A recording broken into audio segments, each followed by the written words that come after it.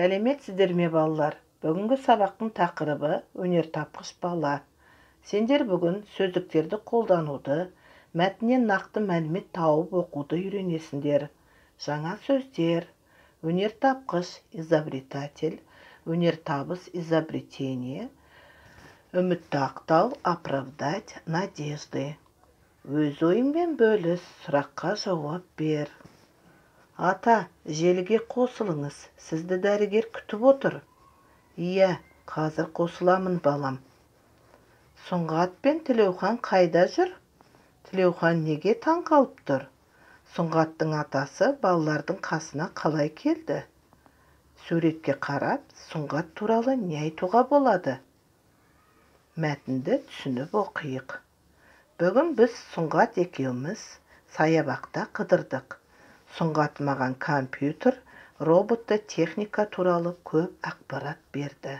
Бұл бүкіл әлемге танымал өнертапқыш бала болып шықты. Ол хабарласқан адаммен виртуалды кездестіретін телефон ойлап тапқан. Мен бүгін оны өз көзіммен көрдім. Жақында ол тағы бір өнертабысы үшін марапатқа ие болыпты. Оның келесі еңбегі егін өсірумен байланысты.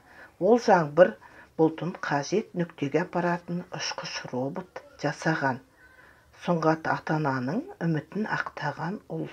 Сұңғаттай досым болғанына мақтанамын.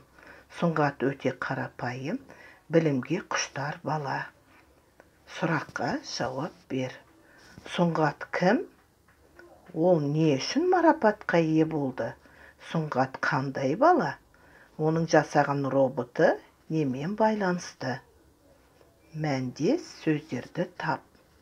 Әйгілі, танымал, құрмет, сыйлау, серуендеу, қыдыру, ғалам, әлем, үйрену, меңгеру, жолдас, дос. Сау болыңдар балалар.